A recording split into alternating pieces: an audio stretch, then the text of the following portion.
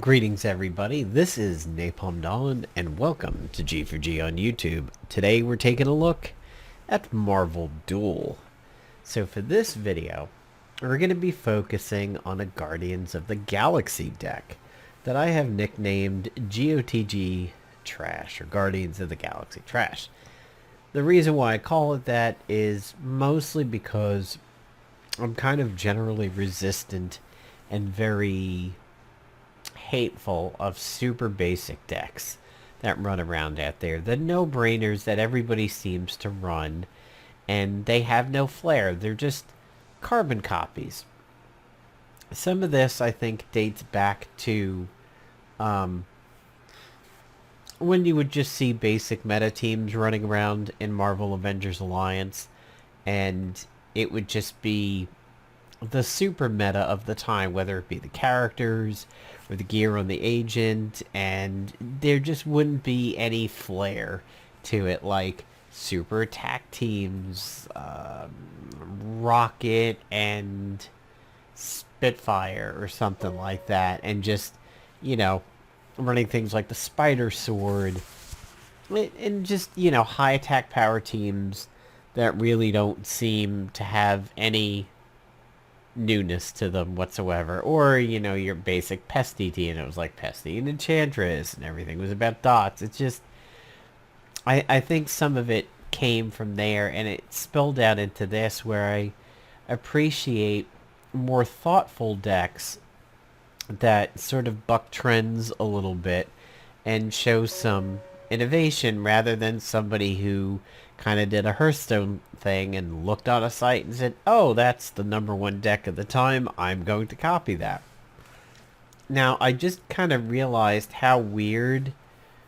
Take a good look at Captain Marvel's waist over here. Doesn't it look like from the legs to about the sash is normal, and then she's just shifted to the left a little bit? I mean, look at how the lightning stripe is falling on the left side, and this huge dent inner side here on the right. Yeah, it kind of follows her a little bit. Remember the old joke about watching scrambled Playboy porn on your cable channels when you were a kid, and it would get those wavy lines? Like, this is not... There is some weird body shifting going on over here. Like, Angela's fine. Captain Marvel is, like, right above her hips. She's just pushed. Her upper body is just pushed to the left. Sort of like a Rob Layfieldian-esque era of not having body parts lining up. Anyway, let's go through the deck, and then I'll show you an example game of it. So here it is, GOTG Trash. Now, obviously, this is a mostly Guardians of the Galaxy deck, but it's got a little bit of a different flair to it. I will get to them, but first, my neutrals. Outrider, 1 Hydra Elite Soldier, just because I don't have anything else I would want to put there more. Cull Obsidian attacks support characters. I could probably run a Cull in there, to be honest, as I don't really run a lot of supports in this deck, so that's actually a possibility. That might be a change that I'll make. 2 Crimson Gems of the Sidorak, 2 Cult Arms, a Zemo, a Resolute Assault, a Hydra Infiltration. That's just a little bit of a wombo combo there if I got a bad threat that I need to deal with, and we'll see that coming in a little bit. A Juggernaut Helmet, 2 Juggernaut Helmets, 2 Hyperions, 2 Escape the Voids. Kind of just standard over here. I may really want to take out the Hydra Elite Soldier and put in some Cull Obsidians, because yeah, I don't really run a lot of support on this one. So for my spiders, just a Spider-Woman, a Black Cat. They're placeholders. A couple web snares. Actually, I should put in another one of those. They're handy. 2 Silks, 2 Spider-Man 2099s, 2 Doppelgangers, a Pumpkin Bomb, a Carnage, 2 Carnages, a Great Responsibility, and a Goblin Glider. really, this whole hero in this deck is kind of a throwaway. They don't really support the team that much, other than maybe a pumpkin bomb. I'm not tanking out of my spider deck with a Sandman or anything. The web snares are extremely handy, though. They're even handy late game. Silk doesn't really have a place because we're not banking on people dying. We're not really feeding Silk the way that you normally would in, say, an armor deck or guard deck. Um, Kind of just, yeah, a little bit of a throwaway hero set over here. Over for the Ragnarok characters or the Hela character. The Hush Nails are pretty solid. The Blood Axes are good for getting off the ground early. Same for the 7 League Boots. These do actually boost the team. They are there to help the main set of the team. Frost Beast, just a little bit of damage. Bewitching Spells, good utility. Ebony Blade. 1 Hela, 1 Malekith. These are throwaway placeholders. 1 Gram. Or Grom. Not really running any illusions over there. So again, this is throwaway. Mostly this is here to boost the attack characters over on the Guardian side, which actually means maybe I should put in Electra for the spiders.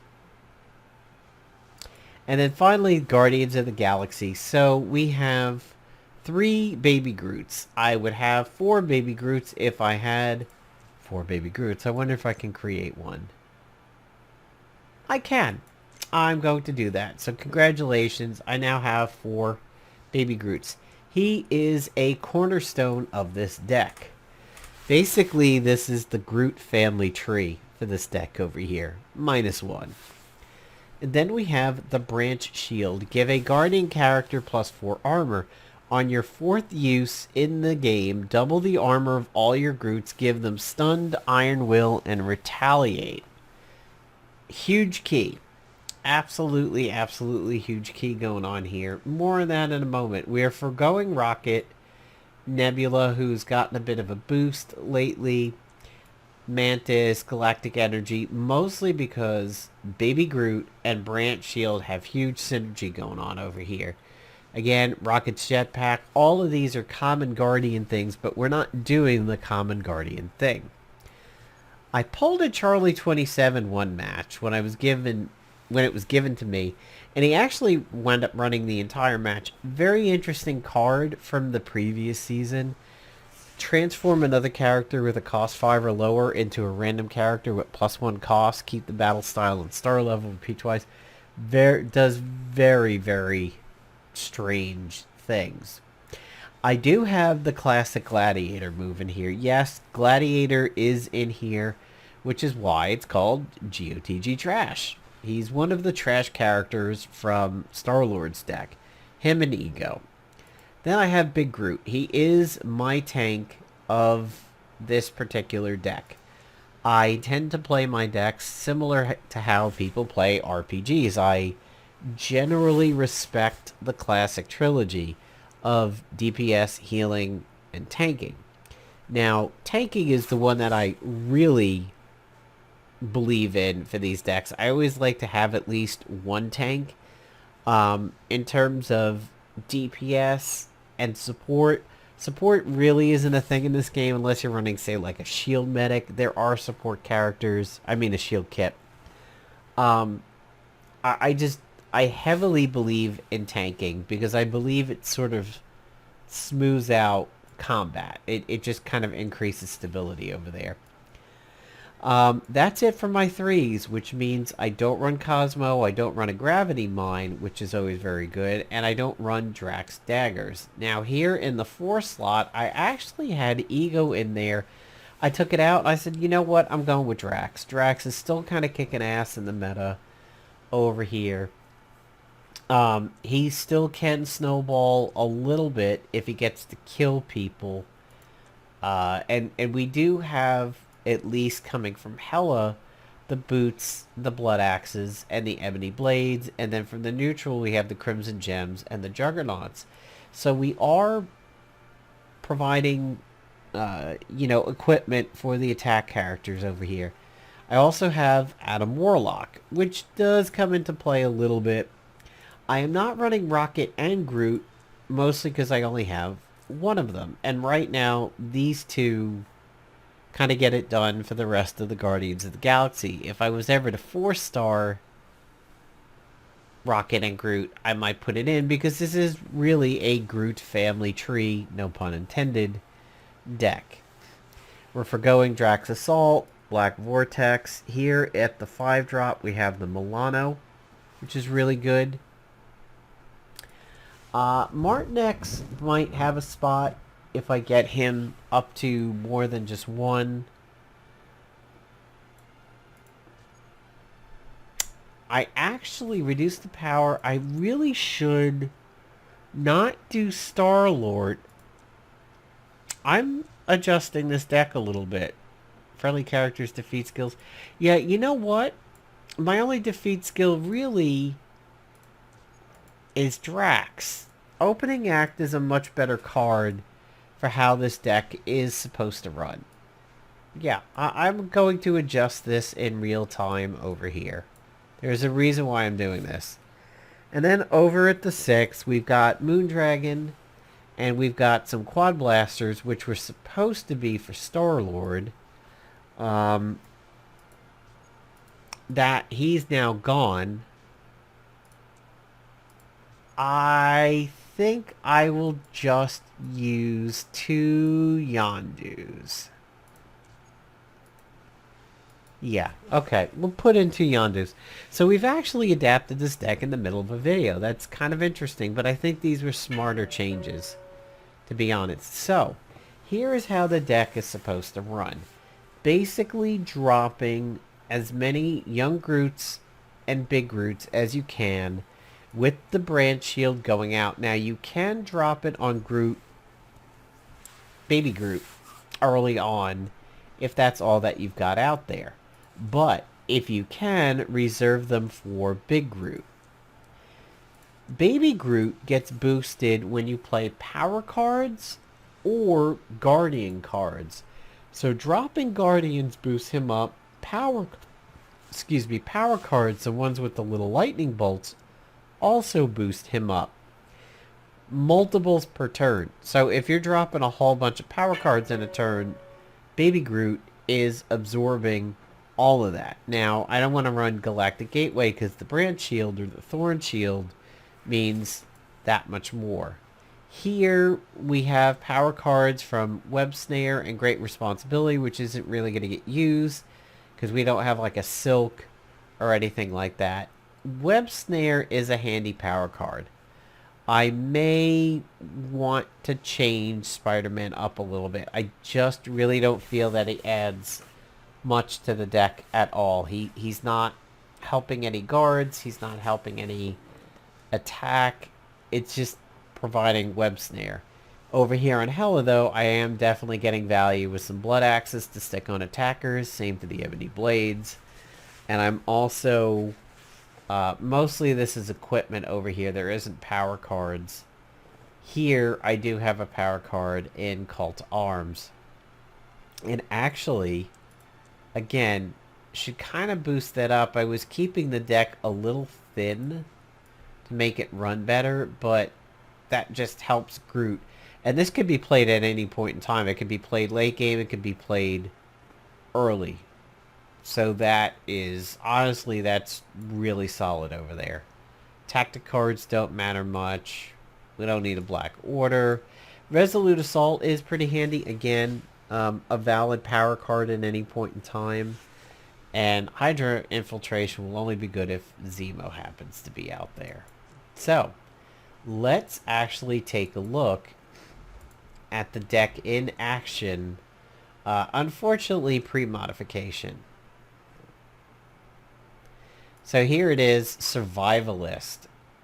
This was a really fun game, and you can see what Groot and Baby Groot got up to there at the end. A little bit of a spoiler. So this match strictly was all about cheating death. It's a bit of a spoiler. And maybe you could figure out what that means over here. But let's just go through it.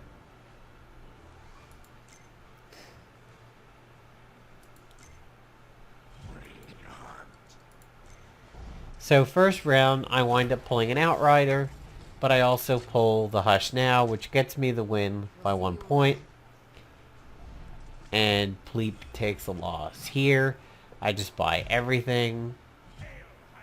A couple tanks. Some attack. Outriders get a buff. Good old crit chick over here. Rocket, however, has an axe and is really, really strong. I drop that one. And that's Own's Law that I lose to over there. Here, I drop Falcon. Bring in Black Cat. We get a bump on Deathbird, which is pretty handy. So now we have some tanks and we have some decent DPS. We're fighting a guy in Mugiwara. And we just summarily dismantle his deck and have a lot left over for an attack. Pull Falcon down for a boost. And here we see Groot comes in before Baby Groot. And then there is Baby Groot. Boosting Deathbird a little bit. So I pulled... This is a bit unusual over here. I pulled Abigail Brand. She's in for a little bit, just to simply give, hopefully, one of the Groots a little bit of extra power over here. She's not a main player in this deck by any stretch. It was random. So here I'm fighting Ayan. Got some spiders going on. He's got a Groot too. War of attrition over here. Barely get the win. And almost put him out of the way. So you'll see I'm holding in my hand. I was holding that boost in my hand over there. That Abomination's Might. Because we want to make sure Baby Groot is out on the field. Who absorbs the power from that and gets boosted a little bit. Here comes Gladiator relatively early. Which is pretty cool. Abigail Brand is still in just because I knew it would be cycling up some Groots. So now we have a pretty decent tank line. Some decent attack. We're fighting Pleep again. We'll see you around. And we beat him. Here, another Baby Groot, another Big Groot. There's Call to Arms, which you'll notice boosted Groot simply by casting it. Abomination's Might. And we're fighting Own's Law again. We can see he's going for the classic Destroyer Hela. He's got double axes over there. He's doing a baton relay of power there at the end. So we're going to slow this down now since we're about halfway through.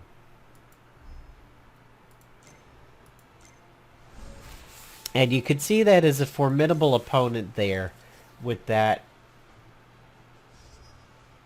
Hela being so boosted at the end of the round, or potentially Destroyer super boosted. Here we get rid of Abigail, Adam Warlock comes in, Bewitching spell drops, Big Groot and Baby Groot are in hand, Resolute Assault gets my health back up and boosts Groot, and we lock in a Groot in the store. Web Snare goes out, screws up the Carnage Miles, or the Symbiote Miles. Bewitching Spell cancels somebody out. The second Bewitching Spell steals one. And we're fighting Ayan again. So that double Bewitching Spell over here actually winds up being the difference in what is a very, very close battle. The Hush Nows weaken it down to 2, but the last words from what I stole drops a symbiote, which gets the win. So now we've knocked somebody off. It's me, Own's Law, and Pleep. We complete Big Fat Groot over here, which is great. I drop Falcon to boost Gladiator. Groot drops, which boosts Baby Groot. I pull Thor from that, which was kind of a throwaway. There were no really good options in it. Another Thorn Shield goes out. And now we're looking at a relatively weak DPS line, but some good guards over here. This battle, I can tell you, is destined to fail because the bewitching spells are basically going to counter Hyperion over there. Even if I don't steal anything, it just wipes them out, leaving me with a Star-Lord with an Arc Reactor. Full characters. Big smack on Pleep. Now, at this point, I would honestly like to be getting rid of Black Cat and Deathbird. They're weak. Up front. Especially for this late in the game. And I know what I'm facing in Own's Law. These guys are a little weak. I'd like to have them out of there. But, you know, my Groots are doing well. So I pull down a Resolute Assault, which gets my hit points back up. Boost Groot. A Milano. Boost Groot. I pull Drax because he's a Guardian. And that is kind of the theme of the deck. But I leave Sidorak sitting in there. Mostly because Sidorak is a bit random. Sometimes it'll hurt your people, sometimes it'll hurt the enemy. Here we go. He's 17, I'm 18. We are unfortunately building towards a Hela. We pop her once. And she's not running an axe, which is good and bad. The mavericking off the sword is good, but she doesn't get any hand-me-downs from Destroyer, who was trying to pass a baton by having an axe too. So this isn't looking good. I'm like, how am I going to beat this Hela over here? I forgot that I really had a Zemo Hydra infiltration. I pulled my own Hela, because I'm kind of floundering, but then a branch shield comes in. And I see the Milano up there, so I get rid of a card, and I pull down a Milano, which boosts Groot again. And I have an okay attack line, but really it's the Groots that are kind of locking it down. Hela keeps getting boosted by all these Ragnarok characters dying. She takes a hit, basically laughs at that hit that she took, boosts right back up. It's now the Hela versus my team with a whopping 84 coming in. Wipes me again. But I'm now on death's door with 2. Now, here's the thing though. Being down at 2, at the start of the battle, if your health is 5 or lower, give all friendly characters plus 10 power. Well, now you have sort of walked into my trap over here, said the Guardian to the Hela. So now I'm going to get boosted from it. I give Drax an arm. I pull down my final branch shield, which gets the Groot family reunion super buffed, an Abomination Might, and a Web Snare further boosts them. There's another Milano over there, and I'm like, okay, let's see what happens. I should have a Groot big enough to survive Hela. I shut down the Taskmaster shield and the first character. I bop Hela. Take a Malekith Puncture. Bop Destroyer. Who does not consume... well, it consumes Malekith. But now we've pegged Hela enough that she's only putting out 28 damage that time. And she wipes, and now it's 2-4. So now this is anybody's game at this point. I'm still boosted from my Guardian passive. There goes an Abomination Might for a boost. There's Hydra, there's Drax, which is going to help Baby Groot. I pull down a Web Snare, which will help Baby Groot again, and just the general play. And another Hush Now, which really was inconsequential. And I threw away Hela over there. I'm like, yeah, I'm not going to get her established. So now we are looking at Web Snaring the front again. Guardians of the Galaxy boosting all my characters. Deathbird gets a big hit, and Hela is actually gone. I knew at this point it was over. The first hit, because there was no protection, went right over to Hela. She died instantly. Destroyer's not going to do anything. Malekith is not going to do anything. And he just hits Gladiator and the Groots.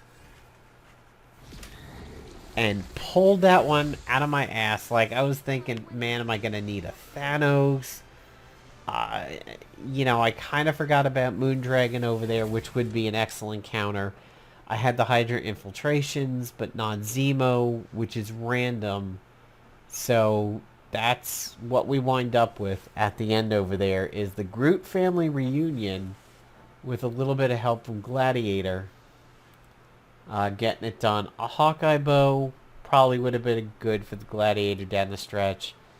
The sword is just on Warlock to give him a little bit of a boost. It's not super good. It's not like the best thing here, but the MVP in that final round was the web snare, taking out the tank, and then just kind of bursting him down over there. And the fact that the Groots were able to live, and I mean, look at this. Groot may have a ton of armor, but Baby Groot has even a little bit more power than Big Groot, and he's only 2 stars. If he started up to 4, that would have been great. If Gladiator got up there, so it's a very interesting deck. It's actually worked out very, very well for me when I used it. I've only used it in casual, but when I do use it, it actually tends to win, and it wins big. Here is the previous night, the deck winning again with a 1-star Groot, a 4-star Asp, Hulk giving these 3 retaliate, a Juggernaut Helmet Drax, and a Sidorak Deathbird. Similar. You can see they play out similar, except for the fact that Asp was with the team the whole way. Kind of reminds me of Aliens 3. It was with you the whole way, Ripley. A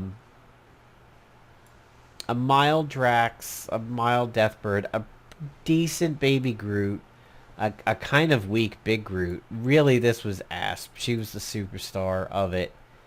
That's my Black Widow Mystic deck. This is a really sad showing of my armor deck. And a fairly sad showing of the armor deck over here. So within 2 days, #1 in casual and #1 in casual for GOTGTrash, and I've actually made the deck a little bit bigger, a little bit better now, I think, and I may actually get out, I may get out the spider character over here, because I just don't really think, other than Web Snare, I don't think he's bringing anything to the deck, but Web Snare is really, really positive. So nothing else does what that does. It boosts Groot, and you can see it actually won me that fight with that cheesy shit Hela user over there. So maybe I won't switch it out. But I'm going to look around at some other heroes and see what they got. But I'm going to keep Star-Lord, Hela, and my neutral cards in there. So thanks for checking out the Groot family reunion over here. Hope you guys enjoyed the content, and I will see you later.